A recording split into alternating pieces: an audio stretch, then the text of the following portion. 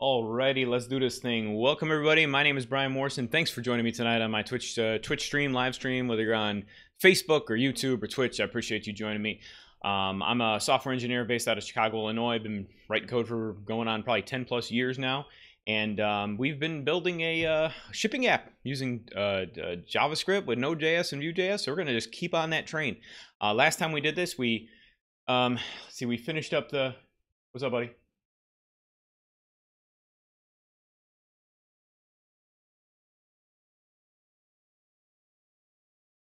Okay, go lay down, please, okay? Okay, go lay down. All right, I love you. I'm soloing the kids this week. So they're awesome, but they're definitely a handful. My wife is out of town. I'm told it's a complete side thing from my opening thing. My wife is out of town, so yeah, it's been it's fine. It doesn't really bother me if I'm being entirely honest. I'm good at soloing the kids. I don't mind it. I enjoy the time, but that just means there's that much more responsibility that I got to do. So anyway, back to where we were. So we're building a web app using JavaScript, NodeJS, VueJS. I said all that stuff already. So the last time we did this, we finished getting a portion of the the integration UI with Square done. So we're going to keep on that train today. Before I get into that, as always, I got a couple of updates. I am so close to 100 followers, guys. It'll be of some worth. So I'm working on building an API with Node.js. I'm kind of walking through the steps on how I approach building an API and how to do it with Node.js. Tomorrow, our 3 topics we're going to do, I condensed the timeline down a little bit. We're going to be doing testing an API, so how to do unit testing with Mocha and Supertest.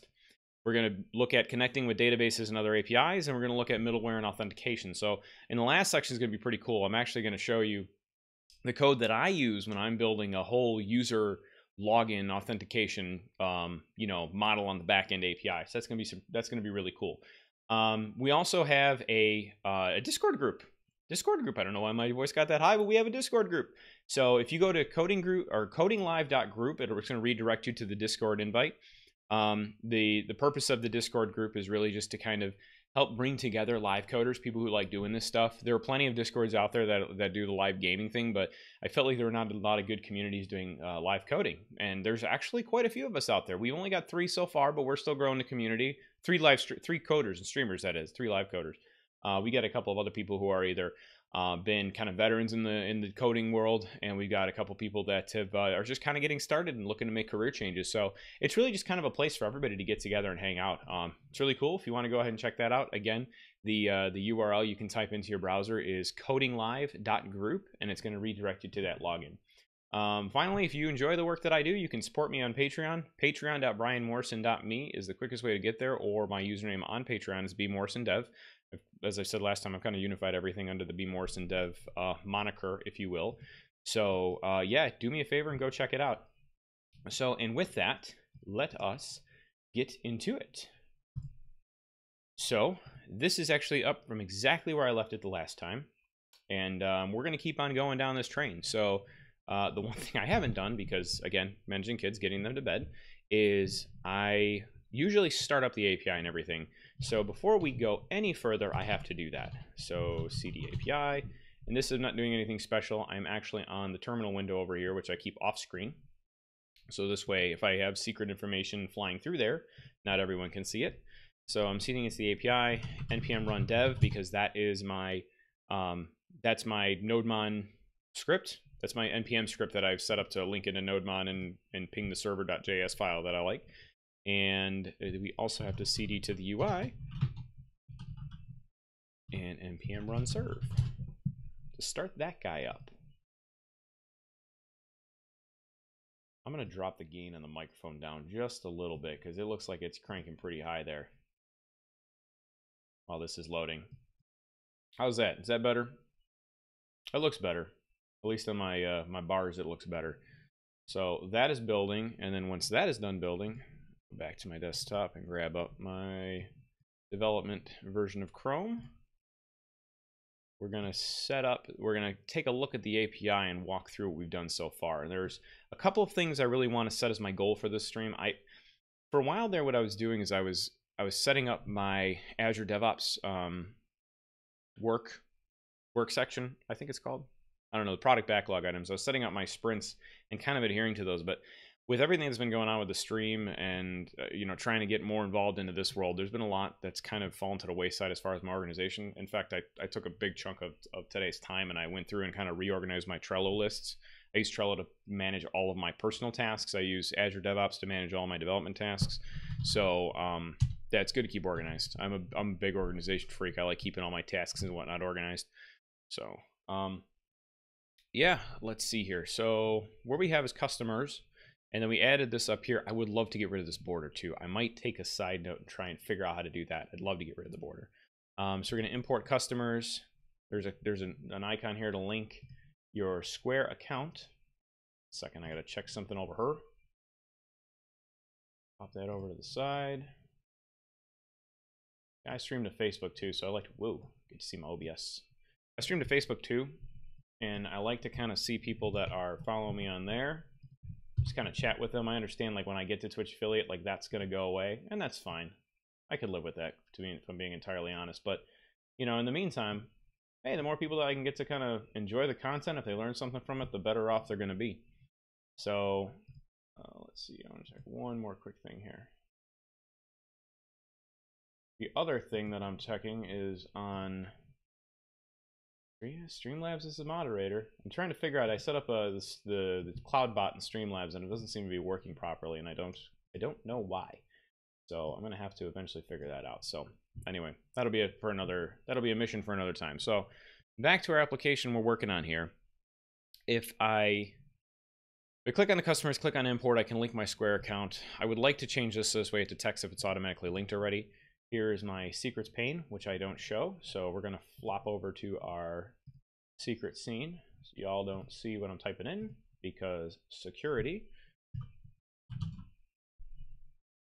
So I use LastPass as a password manager. All of my passwords are randomized. I would highly advise you to do something similar. Password security is not difficult if you get into the habit of knowing how to manage them. It's actually extremely simple. It's a little bit of a switch, you know, because you gotta kind of suck it up and do it instead of using the same password everywhere. You gotta change it up, but password managers make that a million times easier to do. Instead of trying to come up with passwords on your own, you can just randomize them and stuff. Okay, so let's go ahead and change back to our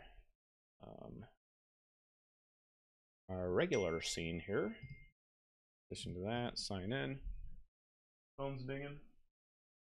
Where's my phone dinging? Can I get to the stream? Oh, well, 1 second here.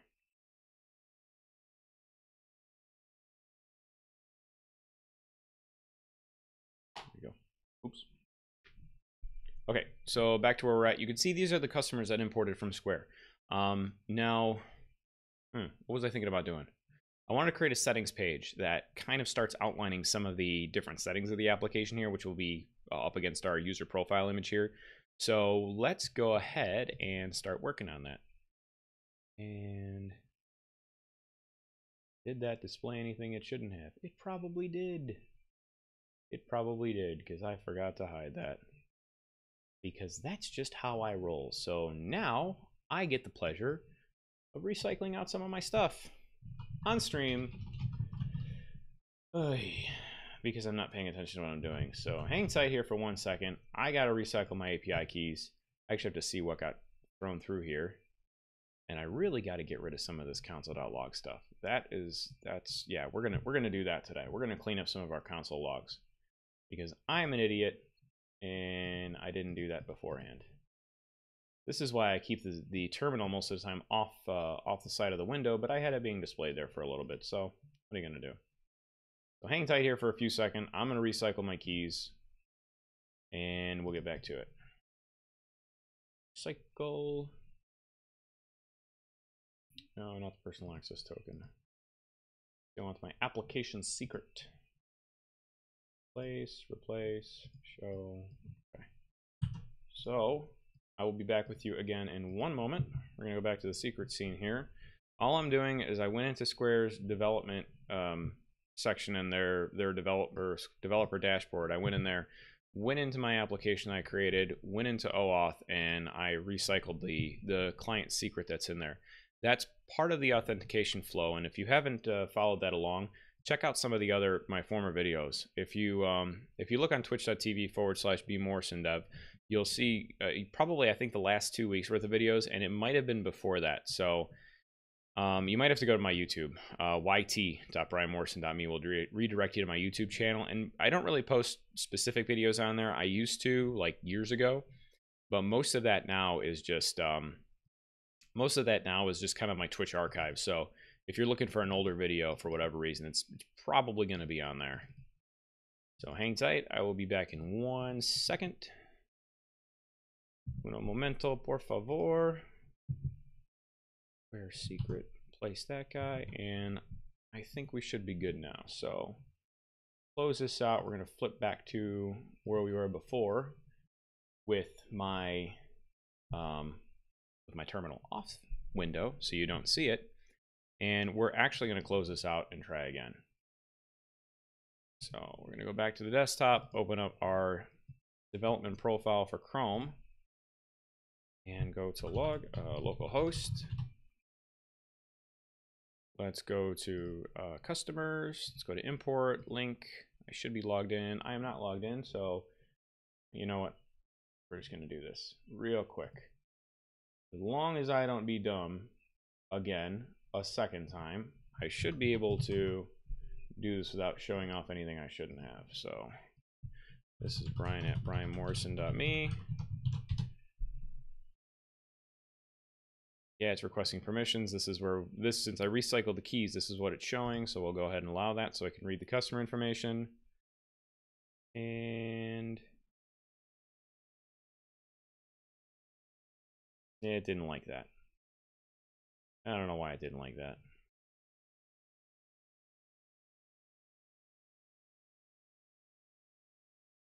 I got a 501. Did it even get my customers? I don't know. Let's see what data came through. Well, this is going to turn out to be a much different stream than I had expected it to be, because now I get to do a good sense of debugging to figure out why this failed. Error in source. Okay, so looking at my terminal, and again, I apologize, I can't really show some of this on screen, so this is going to be somewhat on the boring side. I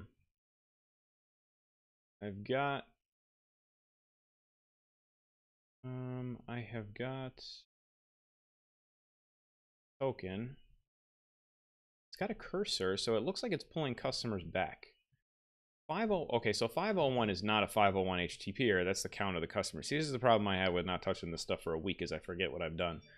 I got a 304 on the Get Square API customers. I got a 200 on pulling in the user information. 200 post API integration Square auth. I got a request code failed. Let's see. Okay, let's look in our API. The error message that I have is an integrations Square routes.post, which is our post request back up to the Square API. I have a is that a 500 error? I think it's a 500 error. Yeah, it's a 500 error. So something broke in the server. You know what we're actually going to do is I'm gonna reboot the server and let that come back up, and we'll see if that makes a difference as far as what just happened. I'm wondering if, you know what, I bet you that did, because I swapped out my environment variable key without restarting the server. So, and this is a lesson, I guess. I store all of my secrets information in environment variables. Now, I don't have them displayed on the side here because what I've actually done is under, let me see here.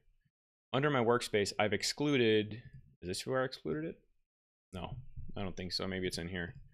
Yeah, my settings. Anything that's an environment variable, I basically told VS Code, I don't want to see that. And the reason why I did that is because this isn't the first time I've done this on stream. I've actually opened up my environment variables, which has all of my API secrets and keys stored in there, which is bad because now then I had to it took me like a half hour last time to go back and reset all those. It was like a huge waste of time, but it was necessary because you don't want that information getting out. So what I did is I decided, okay, if I don't have those files displayed in VS Code, I won't mistakenly click on them. And it's worked pretty good so far, but I forgot about the little terminal deal. So I don't really know how we're going to approach that in the future. I might just have the terminal completely off into a separate window so I don't do anything stupid like that again. But in any case, the node module that I use to parse in the environment variables is, let's see, no, that's not for, this is the UI. We want to see the API. Is this custom-env. What's neat about custom-env is you can set in your, let's see, packages.json. Yeah, we're still here. So in here, my dev environment, so this is when I did, to start off the stream, I did npm run dev. This is the script that's run. It sets the node underscore env to dev, right? So my file, which again I can't show, is .env. Was it .env.dev? Something like that. I'll find out for sure in a minute. Actually, you know what, if I do, I'll find out right now. Not enough space to split terminals. Yeah, of course. CD API.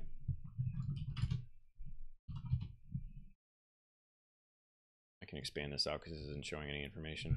I'm trying to just ls. Okay, so actually, you know what? This is a good, perfect example. So if you can see this, this is the actual file structure here. I have this .env.dev, right? So in custom-env, if you set it up right at the beginning of the application, or really you have to do it at each one of the files it's going to use the environment variables, which is really isn't that bad because it's one line of code. It's this one right here. You could set this to true. I use NodeEnv to true. I don't know why, because I thought it was a good idea at the time. But if you set this the way that it is, when you start up your process, it's going to look towards that node underscore env environment variable. And if it's set to dev, then it's going to load in .env.dev. So that's a really good way. And I'm going to go over actually a lot of this in my course tomorrow when I'm doing my stream. We're going to get into how to use the environment variables and how to set up your environment in such a way that you can quickly hop between a development environment, a test environment, a production environment, etc.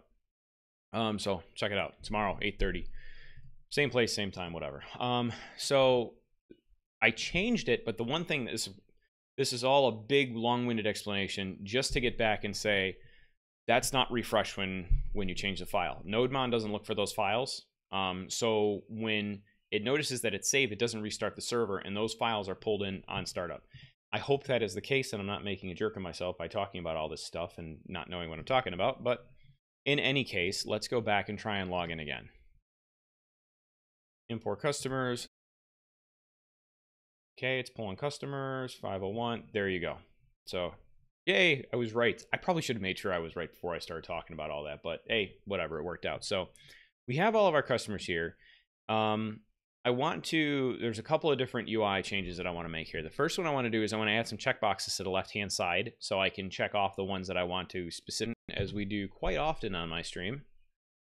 Because again, these documents are your friend. I don't memorize this stuff because I have better things to memorize. Of course, I eventually memorize some of the stuff, but we're looking for the data tables. And I want to look to see what, I think it's just a simple variable you have to add that select ability in here. Yeah, right here.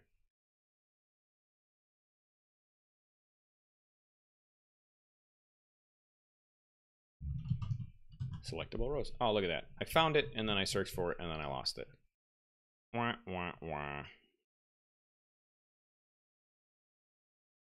There we go. Selectable rows. So you can see now I have a checkbox. I got a checkbox that'll highlight everything. So that's pretty cool. We're going to start here. Looks like vModel equals selected. I think what happens, if I recall, is when you have a checkbox there, what it's going to do is populate a variable in the script, which is selected. Yeah, selected is an empty array. When you check it, it populates this array with the particular items that are selected using your checkbox over there. So this is definitely what we're looking for. So we're going to be copying some of this stuff and kind of reintegrating it into our application here. So let's close our API. We don't need the API stuff open anymore. I want to go into my customer import. Where's my data table? Customers, yeah. I think. What's customer integration? That's not a table. Okay, so that's where I'm going to list out my services. So in here, we're going to add a vModel of selected customers. And actually, I'm going to change this to selected customers. Variable naming is important because if you name your variable something dumb like X or Y or A or B like I used to, and you come back to your code, you can't remember what everything means. So we're going to add data. I think that returns a function, and it's got to return some data. So we're going to do selected customers as an empty array. Do I have data already in here? I do have data. Okay. So let's move this down here. Selected customers is set up as an empty array. Let's get rid of our extra one we have up here. So that satisfies that. It looks like there's also a separate data table in here, or a table data cell. TD is table data cell. That shows as a selected. And walking through this, inside our template here, what we have is, this is just going to be a table. It's automatically going to be a table on the outside, and each one of these is going to be a table row. So really what you're doing here is you're creating the template for the data row itself. The first cell, which is for TD, table data, is a checkbox, and it is bound to the property of selected. So when the customers is passed in here, if I understand this correctly, I might have to make some modifications to the data on the back end, but I think it automatically adds this because it's part of the components themselves. What it's going to do is it's going to, when you check this box, it's going to set that particular item into that particular item to selected and populate it into the selected customers array that we have down here. Primary hide details. This is just part of the V checkbox. This is styling, and this hides I think it's the label that generally comes after it. So let's go ahead and save this. Oh, press too many buttons at one time. I have no idea what I just did. Hold on. Stop. Whoops. Let's go ahead and restart everything back up. I like keyboard shortcuts, but I have a bad habit of just pressing a bunch of buttons on accident because I got big fingers. It's like blah. Just press buttons and stuff happens that I don't expect to happen. So, all right, our API started back up. Takes a little while for the UI to start back up, so I'm gonna take a drink here because I'm thirsty. These need to go in the fridge.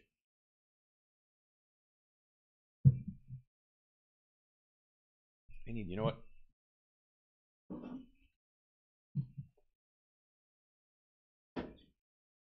The other thing I have to get is a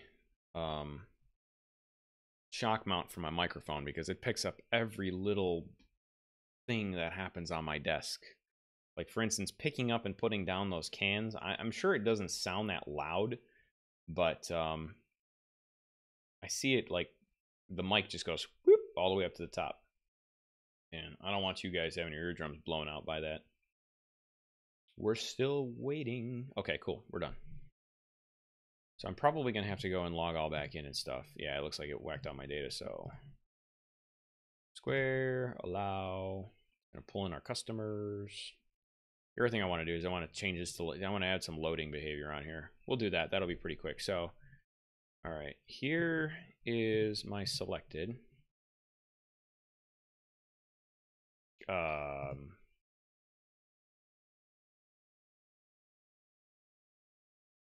That is interesting.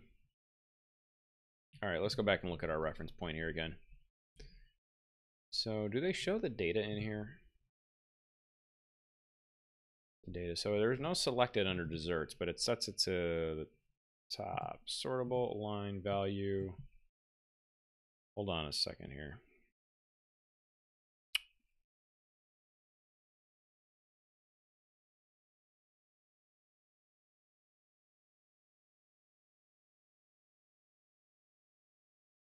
I don't see a header here. Select all, item key. Let's look at how we have this set up. So the V model is selected. We set ours to selected customers. The items is desserts. Ours is customers. The item key is name here. Ours is underscore ID because we know that's the unique ID of each particular element in the array. Select all. We don't have class elevation 1. So we're going to do select all. And save that and let it kind of refresh itself.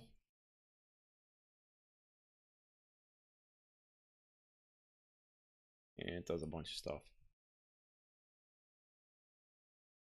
This is one of those instances where I should probably just put some mock data in there to see if it's going to work properly. because otherwise it's going to go ahead and hit the API every single time I want to do something. So, which isn't that big a deal, but yeah, you hit selected. It's just selecting everything's automatically selecting everything. That's interesting. Props.selected.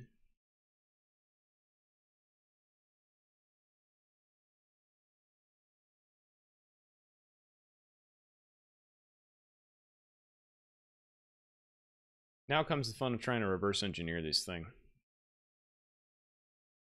And I don't completely understand why it's behaving the way that it is. In our headers, there's no header for the selected one, so it looks like it skips that. That should be fine. Selected. Let's look at, okay, so I have all these guys selected now. Let's look at, I'm opening up the dev tools, and I'm actually going to look. I have the Vue dev tools, which if you do any kind of development in VueJS, having these dev tools is really helpful.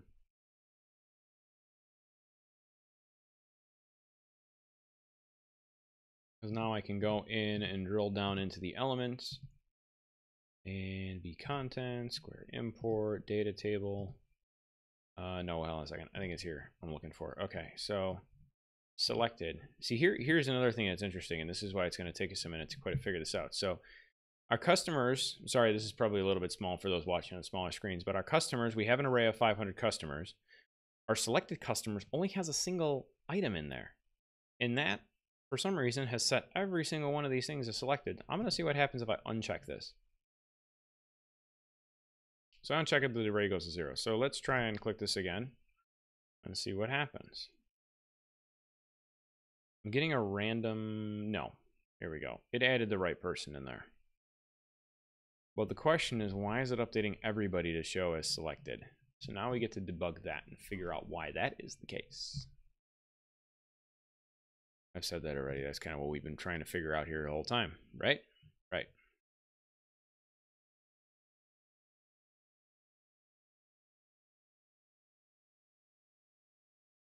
So we're going to do a little compare and contrast of our code here and figure out what we got going on. So, again, selected customers, headers, computed headers. Ah, that might be something, because that's probably different.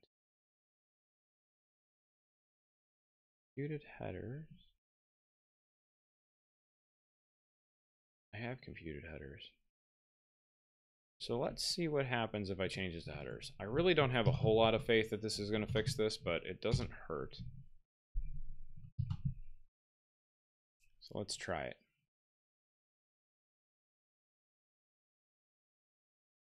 Props selected. Scope is props. Selected. Props item name. That all looks right.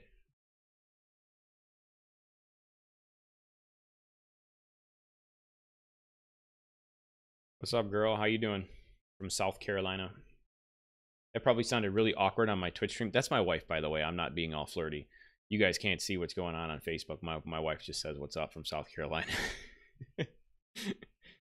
All right. So checking that, same thing. Only picked up one person. If I uncheck this, goes to nothing. If I check it, which should select all. Okay, that works. So there's some kind of weird UI thing going on here. And everything we're working on kind of seems fine. That's opens up. So I am not really sure what's going on.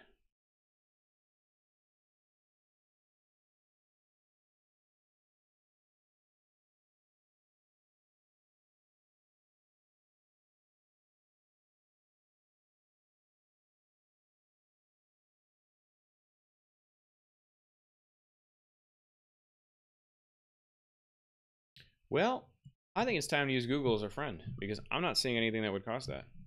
So let's see, Vuetify, data table, selecting one row selects all. And this is part of the entire development experience, is sometimes you just have to do some Googling, even if your code looks perfectly fine. So add option to select only one row at a time. No, that's not it. Select row, data table component. Yeah, that's what we were looking at.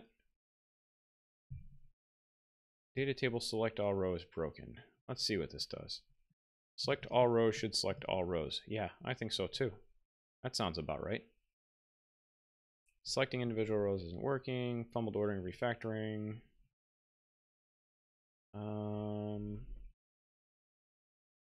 Do not comment on. Yeah, this isn't going to be helpful.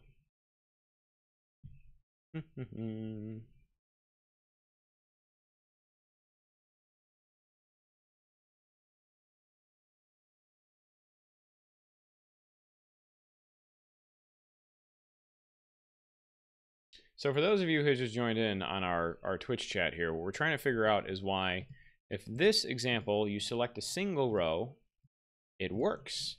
In my example, when you select a single row, it selects all rows. So the question is why? Why is the million-dollar question? There's nothing being selected in here, right? I don't see a selected property in here. And plus, that should be on the outside of the... That should be on the outside. This is where I wish I had some of my reference code, because I've done this kind of stuff before, and this shouldn't be this complicated. But sometimes it is, and sometimes you got to drill down and figure this out. All right. I'm going to delete rows per page, so maybe I can, maybe if I get less rows, it'll load a little quicker. That I copied right in, so that should be fine. Select all adds that top piece to it.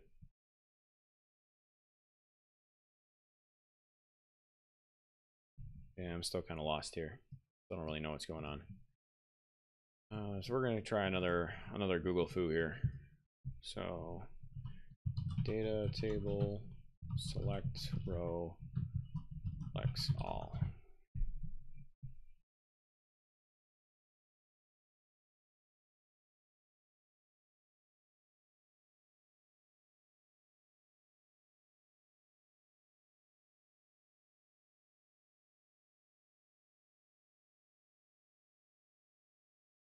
I'm just reading through some examples here to see if I can figure out why this is behaving the way that it is. Let's do. I almost want to just kind of completely do this from scratch and figure out what's going on here. Yeah, because I have headers. There should just be the one header. We have our customers and we have selected customers. And selected customers works. Only that. I wonder if there's some kind of event that I can bind to that I can see what it's trying to do. Look, there's a emit by the v checkbox. And I'll be honest, I'm not entirely certain how to bind to that, so this is going to be interesting.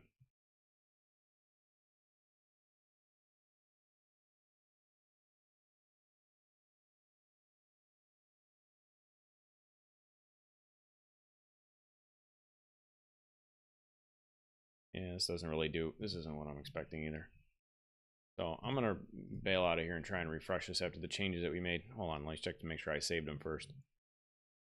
Come in here. No, let's save this. Make sure this says headers. That's fine. I don't need computed headers. Let's go back here, import our customers, link, allow.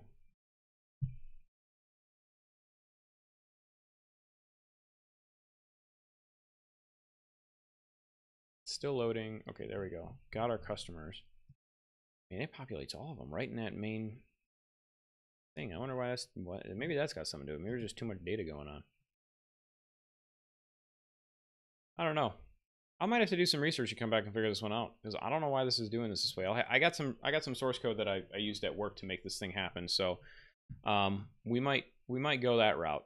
I'm kind of thinking that's probably what I'm going to do. Is I got to dig into this a little further, and I don't want this to be a complete waste. So I'm going to skip this for now, and what I'll move on to is creating a VueJS. We'll create the settings page.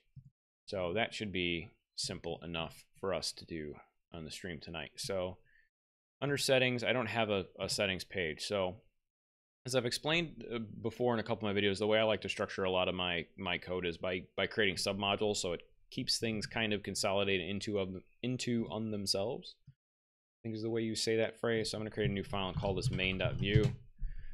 This is the main of the settings. Let's see, minimize all this stuff, make sure I'm on the right level. This is the main of the settings module. So we're going to scaffold this. And what I'm actually going to do is I'm going to copy a lot of my template from somewhere else, because a lot of the shell of it's going to be kind of the same. Probably not the main though. Let's check out main customers. It's got a lot of stuff in it I probably don't need, but it should get me the basic structure down of what I'm looking for. So I'm going to copy this over to our main settings page. What I probably want to do is, let's see, we're going to get rid of the dialog boxes that I have for creating new customers, the navigation drawer. That's a navigation drawer on the right hand side. I'm not sure that we actually need that anymore, so we'll leave that for now. We might get to that. No, I lied. We're going to delete it. We'll recreate it if we need to. So it looks like I have a toolbar. I have a table. I don't know that I quite need this. We need the card. We need the card text.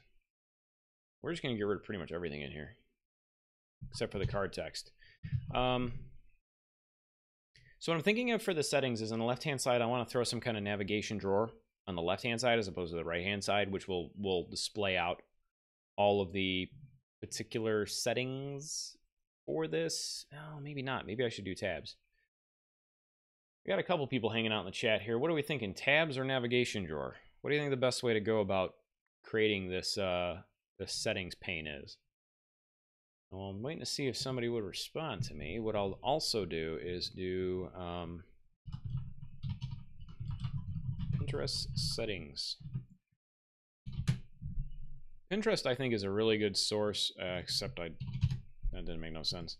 Pinterest, I feel, is a really good source to try and, like, find ideas and stuff. Except I gotta log in. Come on, killing me. Example, settings, Angular. A lot of people build stuff in Angular. Let's look at some images here. Let's see what settings looks like in some of these things.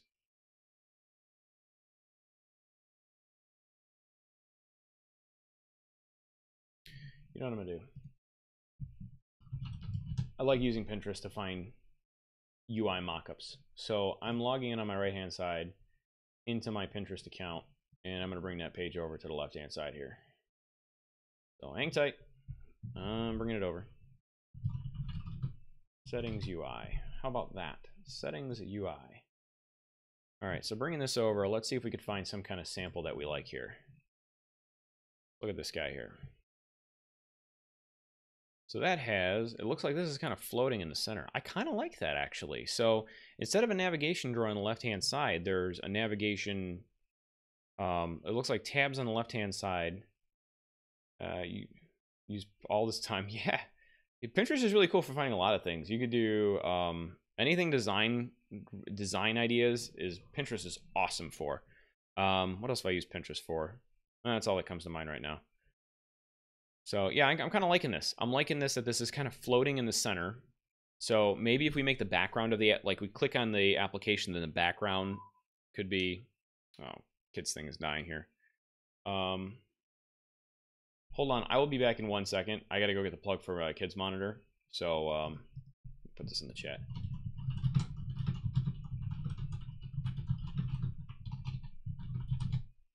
So hang tight. I will be back in 1 sec.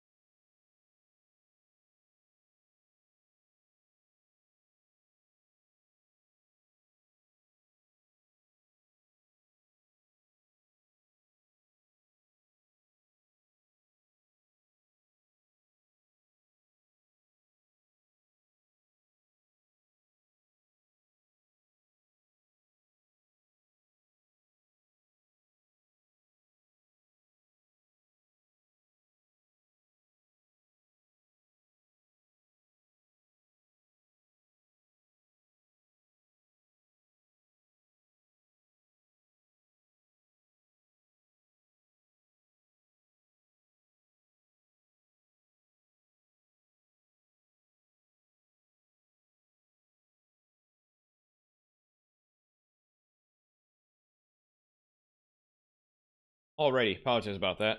I just realized I was taking off. I'm like, I've been saying hang tight a lot on this stream for some reason. Like, hang tight, bro. I am not a surfer. I don't know why hang tight is a phrase that I use quite often, but anyway, humor aside, let's build this. I think this is gonna try and be our goal. I've got 10 minutes. 10-15 minutes. Yeah, we'll see how far we get. I'm probably gonna be up late tonight anyway, because I gotta build all the source code and templates for my my dev training stream tomorrow. So whatever, it's gonna be a late night. We're gonna build this. What I'm thinking, instead of creating a separate settings page, is I'm gonna create some kind of settings dialog that I can click, and then when you click it, it kind of floats maybe on top of the application. So you click it, and then it brings up it like I said, brings up like kind of like a floating settings page. So we're probably gonna use a dialog for that. So let's go that route. Let's just kind of start building some of this stuff and see what happens. So with that, we could still create this, but it's going to be hosted inside of a dialog. So what I'm thinking we can probably do, well, no, I guess we can't create this as a dialog, can't we? Yeah, we probably can just make this a vDialog. Let's start there. So back in we're going to go back to our Vuetify source documentation or developer documentation, and we're going to look for the dialog box. Dialogs. You see, like when you click open dialog, that's kind of what we're going to do, but just kind of bigger and a little more elaborate. So actually, that's probably a good one we can do. Yeah, let's copy this stuff right here. Good old copy pasta is always a good way to go. So let's open this and let's paste this inside. We're going to get rid of the code that we just brought over, and we're just going to kind of, I think, leave a lot of this the same. It looks like dialog is what's set here. So let's do name, settings main, data function, return, and we'll do dialog false. So dialog is what we want to do false. We're probably going to want to set a property here as well. So we'll do props, and we'll do a dialog. Dialog boolean. Let's see, we should is settings displayed, like so. All right, so what I'm thinking we're going to do is we're going to add this into our main, our app main.vue as a child component there, and then when you click on that button, which I think that's where our toolbar is registered anyway, our main application toolbar. Yeah, right here. So we're actually going to change this to display settings.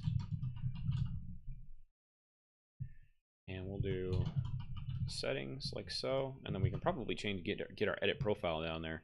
This is probably going to bail because I didn't put this down here. Display settings. We're going to create a method here. So display settings, and we'll do function. Actually, might be over architecting this. If I'm going to import the component first, I think, actually. So import settings main from, again, @ is an alias to our source. So let's see, what do I have here? Modules, app, settings, main.vue. Actually, I don't need main.vue, I think, but we'll just put it there anyway.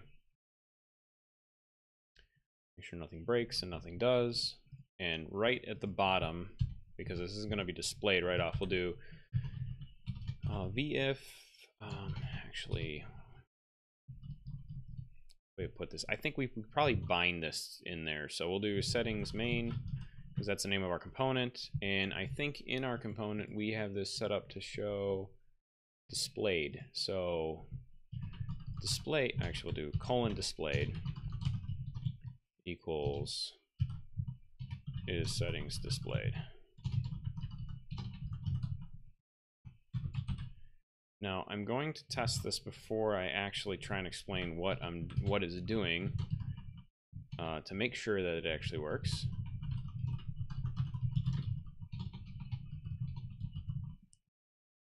settings displayed is false, and we're actually going to do display settings. We'll just do is settings displayed equals true. All right. We probably want to bind this to something in Vuex eventually, but this I think should help us for now. So if I click that button, it should display the dialog, right? Actually, let's test this. So let's go inside of our app. We're going to go back home, and we're going to click here and click settings, and nothing happens, but I get a bunch of errors. So that's fine. Let's refresh this. Go back. Settings main, did you register component correctly? Did I? Did I? Oh, I forgot to edit his components in here. So this I can't explain because I know what I'm talking about here. Whenever you import a component and you want to use it up inside your template, you have to import it inside the script block of the Vue template or the Vue file, but you also have to register it under the components directive. So components, open that guy up. Actually, I think this is a square bracket because it's an array of components. So we'll do settings main, like so. Add our comma there. Go ahead and save that. Let's refresh and see if we get any issues here. Okay, invalid component name 0. Component names can only contain alphanumeric. Well, it does contain alphanumeric, thank you. What did I do wrong?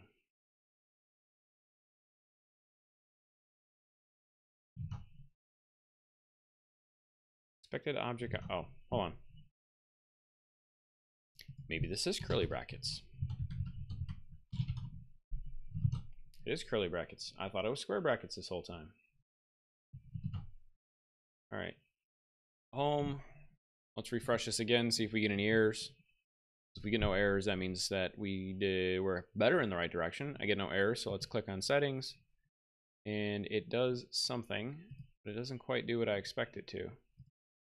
Let's go under our component and go to vmain or app main rather, and we'll do is settings displayed as true, but it doesn't seem to actually be being displayed.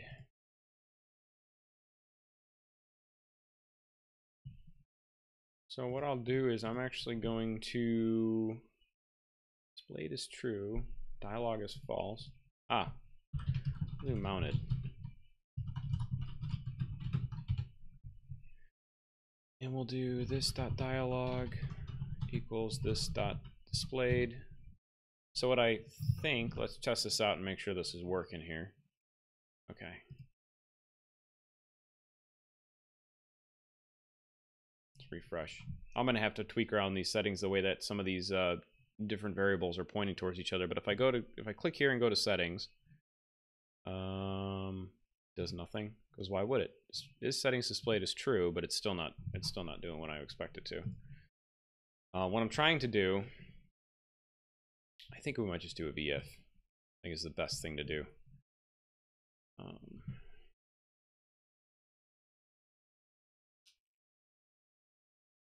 Thinking about the best way to approach this. I think what I've done in the past, I've actually passed in functions. So if I switch this properties instead of doing that, we're going to bind some functions here. So we're going to do btn close is a function, and btn OK is a function. And what we're going to do is, instead of passing in, we're going to set this dialog to, the V model is always going to be true. So basically every time that this component is run, like this directives require attribute,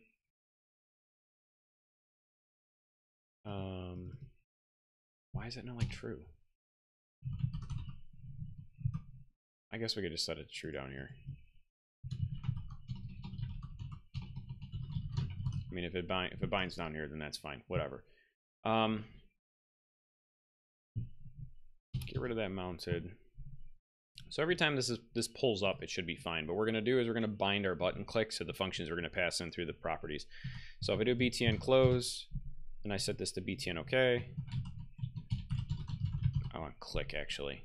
btn OK click, btn close click. And we're going to change this to close, and we're going to change this to OK. And really, it's going to close it both, but we're going to console.log those out to make sure that it's actually calling those properties correctly. So let's put this down here, and let's put this down here, and save that. And then back into, we're not going to do customer import this time because we switch gears here. Settings displayed, we're not going to do that here. Instead, what we're going to do is we're going to bind btn OK click to settings btn OK click, and we're going to do btn cancel click to settings btn cancel click, like so. I don't have those functions defined yet, but we're going to get there. So we're going to close out everything I have open here. I don't need that anymore, so we're going to get rid of that. btn OK click settings. I might rename these at some point, but for now this is fine. I'm going to copy this, bring this down here, add a comma there, change this to cancel, and we got our two functions here.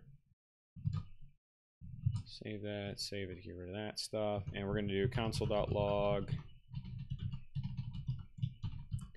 OK clicked, and we're going to console.log cancel clicked. I have to make sure things are being wired up properly before I go ahead and just kill this thing. So cancel, save that.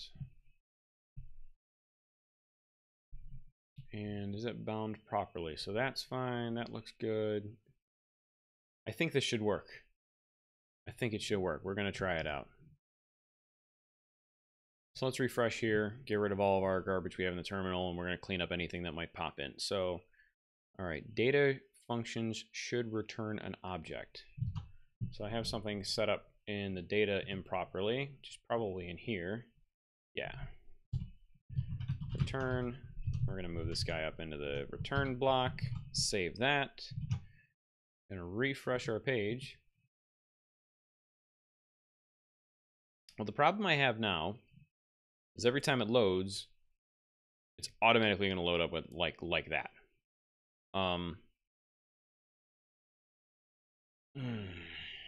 So if I click close, click OK works. Close doesn't work. Why doesn't close work? Let's get those things working first.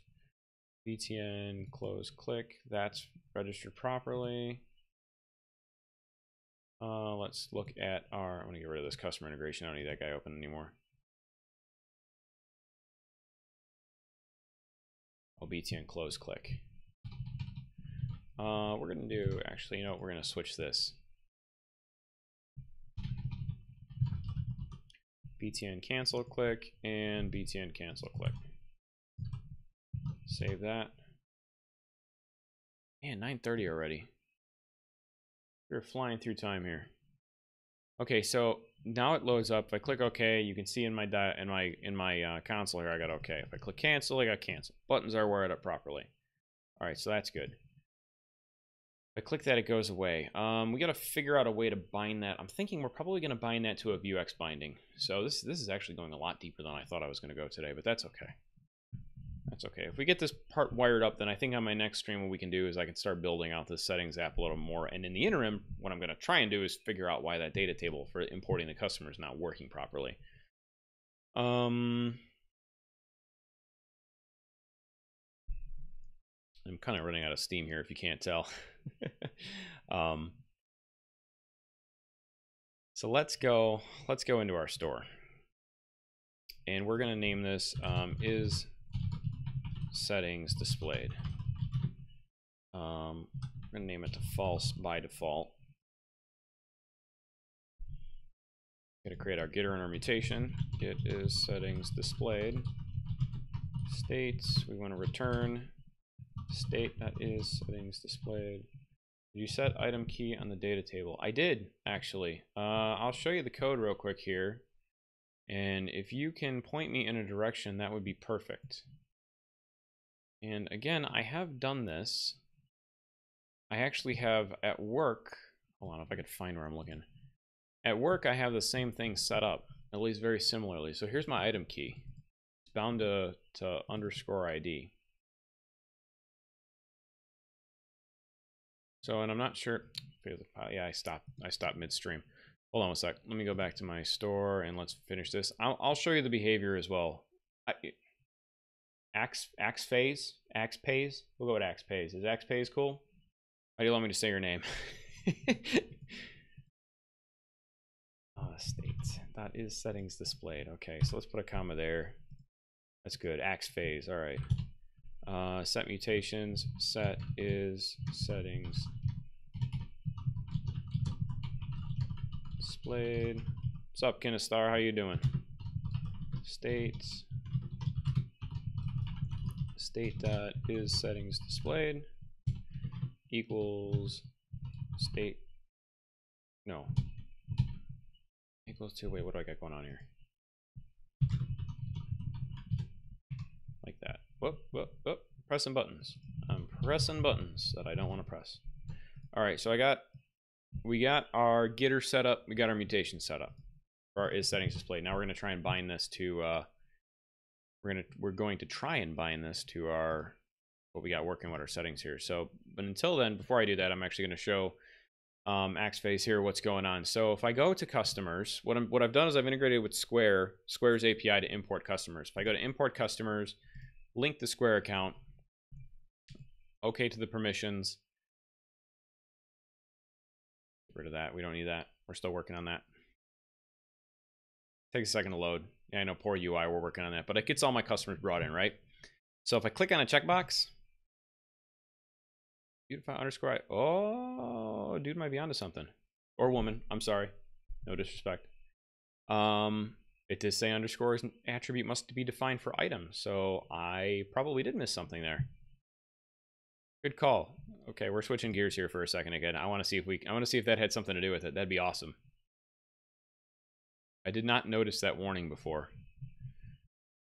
I want to see what the source looks like over here. Selectable row. Item key is name. Let's take a look and see what our... I bet you had something to do with it. You know, because come to think of it, I copied this over from my data table that was bound to a data set that was returned from Mongo. And Mongo always has underscore ID, but Square doesn't. So that would kind of make sense. Let's look at the data that's actually being bound here.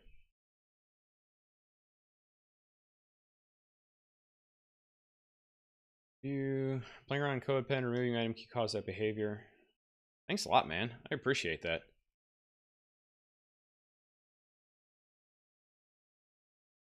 Where selected customer. Let's take a look at what our model looks like here. It's just ID. See, and this, ladies and gentlemen, is why live coding on Twitch is so helpful. Because you teach things and you learn things, and it's pretty friggin' awesome. All right, losing track, losing focus. Come on, Brian, finish this out.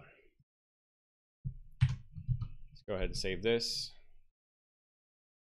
And get back into this, and we'll go here. Yeah, look at that. It's slow, probably because I have so many things being displayed on this table at the same time, but it kind of works. So, Xphase, you are awesome. I appreciate the help. So I'm still going to continue down the path of finishing getting this basic settings UI set up because I did kind of commit to that, but yeah, really appreciate that. So let's back up. Do you do what kind of coding do you do? Just out of curiosity, is it just JavaScript, just Vue, or do you kind of dabble in a lot of things?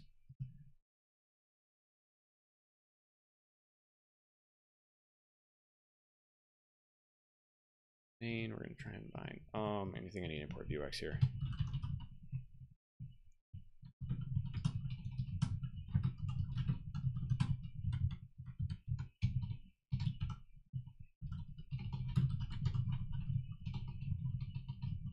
Did Vue at last job. Nice. What's your take of Vue versus React, since you have sounds like you have pretty good experience in both? I tried my hand at React and I felt Vue was a lot more easy for my mind to wrap around, so that was why I went this direction.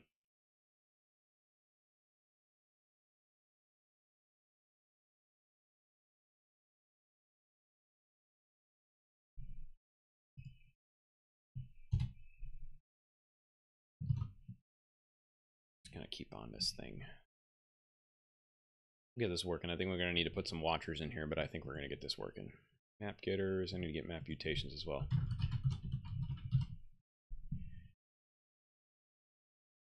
Okay, cool. So yeah, same path I did. He said years ago, tried React, found Vue easier. Yep, me too.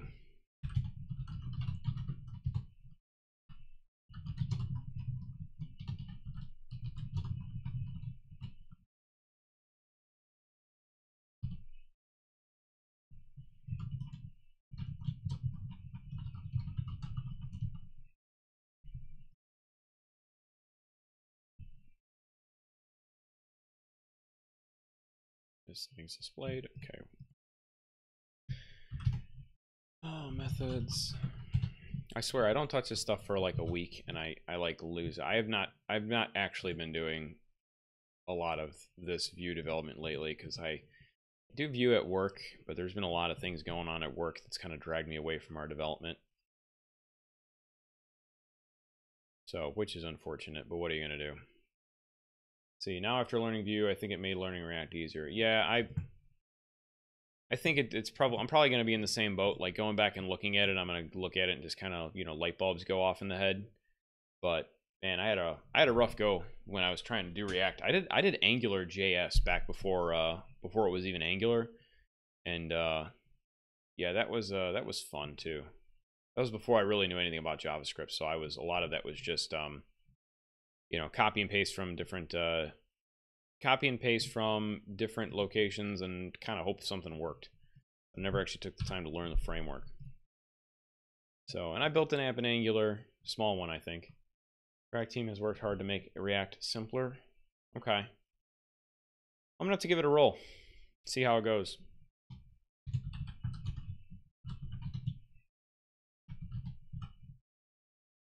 Set is settings displayed.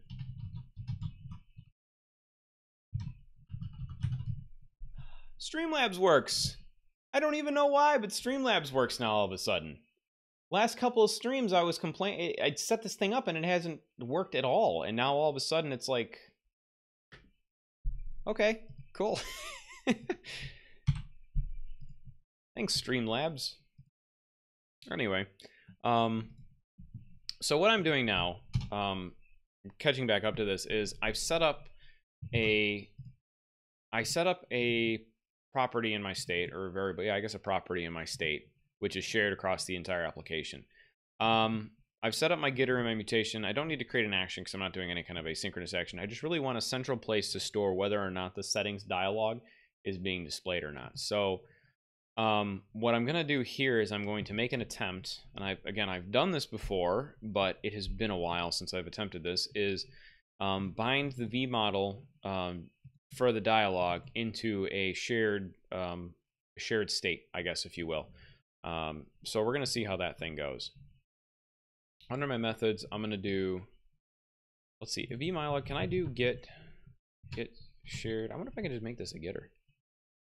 Well, if I click outside, the problem that I run into when I've done this before, and I don't know if there's a better way to do this, is I guess if I created a watcher for the dialog, I can automatically change the state when that changes. So yeah, let's try that.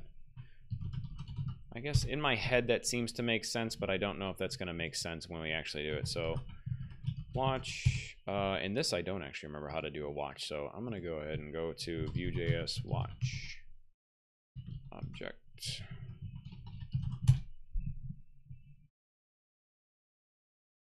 So do you just, Xphase, do you just do front-end development, or do you do full stack? I mean, what else do you do? I don't mean just in it like as it's simple. I mean just as in, is that like the only?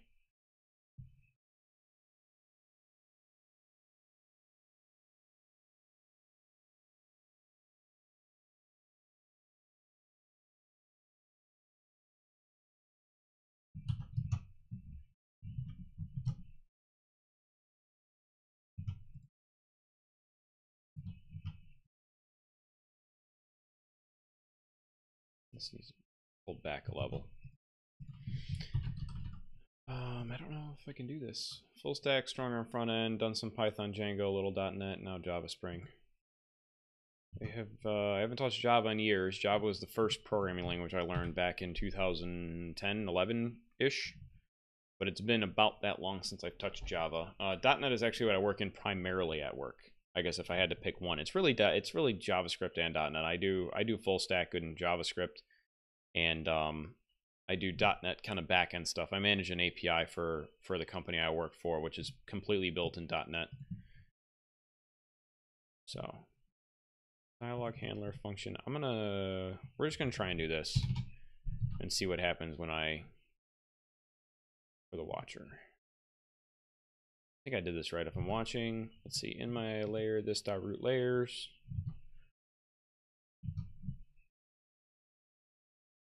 So if I come in here and let's look at our state. Is this our state? This is our state.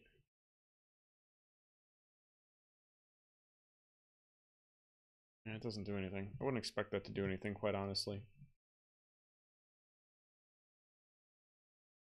Refreshed. Is settings displayed is false. I don't get a console.log. Try and refresh this. Oh, it's still thinking over here. It's like I'm trying to recompile the Vue app. It kind of locked up there, so.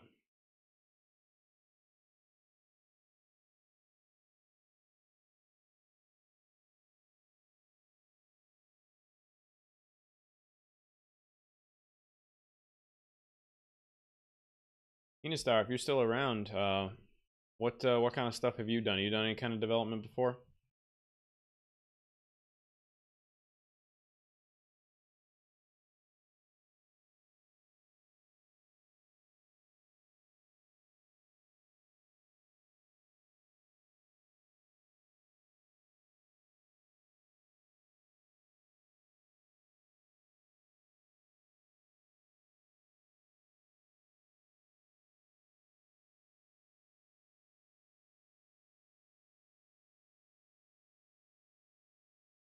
Come on, compile. I love Vue, but it takes forever to recompile the actual app itself. So okay. If I click OK, that's okay. If I click outside, it should change the dialog. True, false. Okay, so what we've done, finding my code, is the new value is true, the old value is false. That I don't think is what I want.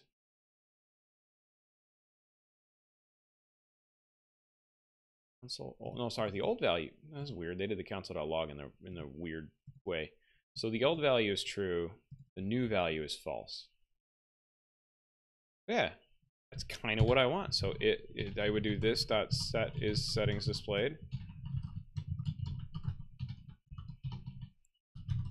to the value.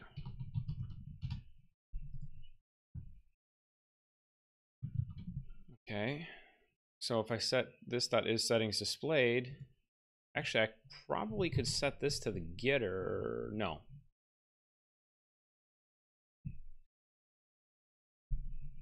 Continue to think. I'm continuing to think. So this handles when it's closed. So when dialog changes to true, when dialog is true when the thing mounts by default. We don't really want that though. We want false, right? Because I don't want dialog to be set like that. But when I set is settings displayed from somewhere else, I want dialog to be set to true. So then when I watch I guess I'd watch the getter. Oh, let's try. Get is settings displayed. Settings displayed. Handler function val old val. We're gonna copy that same. This dot dialog. I don't know if I can set up a watcher on a Vuex deal there. This.dialog equals val. So it's false. Sorry, I'm leaning out with the microphone. I'm thinking about this. So it's false by default. And what I basically want to do is I want to monitor, I want to watch the get is settings displayed getter. It's computed getter. So if that is set to true at any point from anywhere in my application, then what we want to do is, damn, I just realized my chat box isn't working. What we want to do then is, I'm really losing steam now. This is getting late. I'm usually getting ready for bed about this time. All right, think about this a second again. So the handler for the dialog, when that changes within the actual component itself, it sets the settings displayed to false. That's fine. You got that done. That should work. Now, from anywhere else in the application, when get is setting, when the set is set, it's going to change it to get. Ooh, is that going to create some kind of loop? That makes me feel like it's going to create a loop, like an infinite loop. Like they're just going to keep fighting back and forth. We can do handler.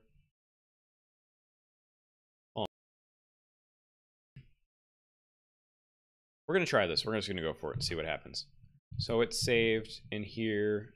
Okay, so if I click outside the box, is it saved? I don't know if it's saved. Yeah, it's saved. So let's refresh this. Come back in here. I don't get it. I'm not going to get it because I haven't changed that yet, so nothing's done. So if I go to, I got to map this back into our main app. So not customers view, not here, but here. I have to map mutations from here and then add that to my methods. So we're going to do ... spread operator map mutations. Wrong brackets. Wrong brackets again. Set is settings displayed. And that's going to be the setter. Do I have it computed here? I don't have computed. Do I need computed?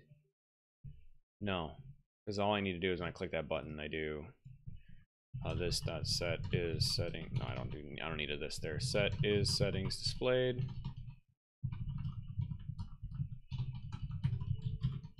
Is true, like so. So when I click the settings, it's always going to set it to be displayed. Here's my logic. Here's the thought process and where we're going with this. In the button, if set is settings displayed, it goes into my store. It sets the is settings displayed property to true, and it's false by default, right? So when that's set to true, then this watcher here, which is monitoring the getter, is going to set dialog to true as well because that's the value, right? That should theoretically show us how to bring that up. Now, if I click outside of that, it's going to set the dialog to false.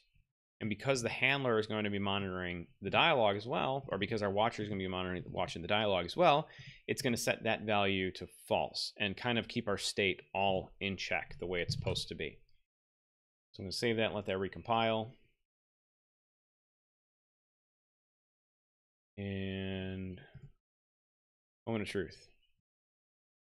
That does that. Click outside, it goes away. Let's look at our state and make sure that that is being done properly.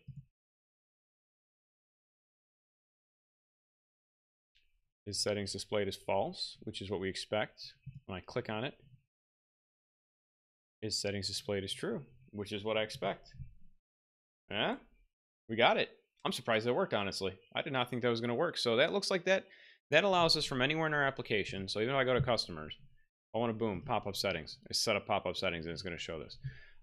It is almost 10 o'clock. I'm 20 minutes past my normal stream time, so I'm calling it at this. Thank you, everybody, for joining me tonight. again, if you enjoy this kind of content, you could support me on Patreon. Patreon.BrianMorrison, not me. I'm so close to getting that affiliate status. So if we can just if I can get some more people watching, that'd be really cool. So spread the word. I also have a Discord group, codinglive.group, which is a Discord server set up specifically for people who do live coding. Small community right now, but I've got a couple streamers in there, a couple people who are just getting into development, and a couple people who have been around for a while. So go ahead and check that out, and I will see you guys tomorrow. Tomorrow is my development training course, which I've kind of outlined where we're going to be going with. If you haven't, this is our course overview. We've done day 1. We're doing day 2 tomorrow. So testing the APIs, connecting with databases and other APIs, third-party stuff, and then middleware and authentication. But I'm still working on it slide deck, so you don't get to see anything else. But thanks again for joining. Have a good evening, everybody. Bye-bye.